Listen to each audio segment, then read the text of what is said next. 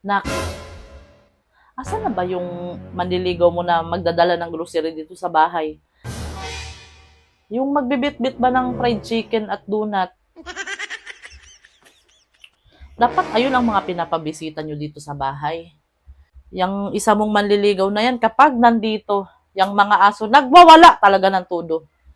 Kahit ang mga pets dito sa bahay hindi gusto. Dapat yung dinala mo nung nakaraan. Kay bukod sa galante, maalala ko dun sa hitsura niya yung manliligaw ko nung kabataan ko. Parang si Guma. Ganun na ganun ang hitsura sa manliligaw ko noon. Matangkad, moreno. Sa panahon namin, ganun talaga ang pinagkakaguluhan sa mga babae. Feeling ko kung magkatuluyan kayo dun sa lalaki na yun, bukod sa galante, maganda rin ang maging lahi sa anak ninyo. Dapat wag ninyong pakakawalan ang mga chance na ganyan. Sayang.